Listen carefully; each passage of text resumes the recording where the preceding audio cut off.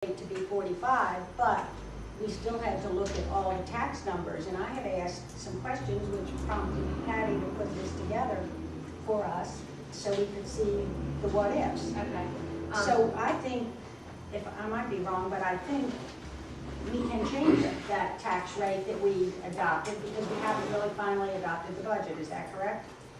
The ordinance that gives the budget legal authority hasn't been passed by the council yet. So after second reading, you would then take the ordinance as introduced and mark it up as you see And then we'd fit. have, what we could do is schedule another meeting, mark it up again, get the numbers based on some of this information.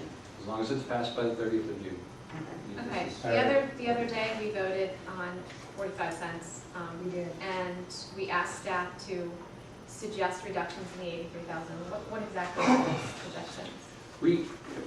The formulas that drive the preparation of the budget, we calculate that pretty much automatically based on the input of the Thursday meeting and then again on the Tuesday meeting. So the input for that was that in reducing general fund expenditures, oh, sorry, here's the markup. I moved out of seats so you could be seen by the audience. Sorry. So they reflected some general changes. So what you see, you all have this budget handout It's in your pocket.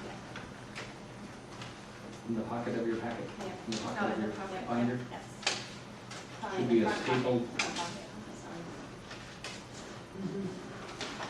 That reflects some of the This reflects changes we made.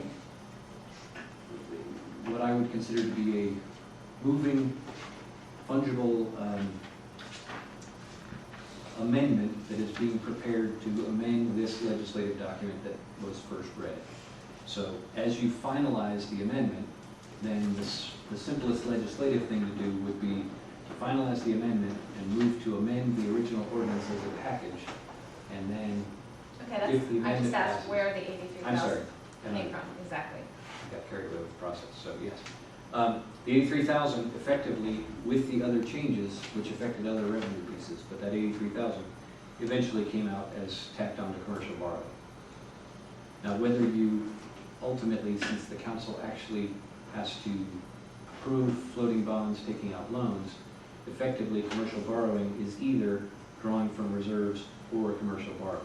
So those two are somewhat interchangeable, although the council could refine its planning within that line item in the budget and declaratively do so. And I've been talking about how you might want to allocate your reserves, but in the timelines we've got before us, that's not a conversation we have gotten to yet. And it hadn't been the practice of the town thus far, from what I understand, to specifically allocate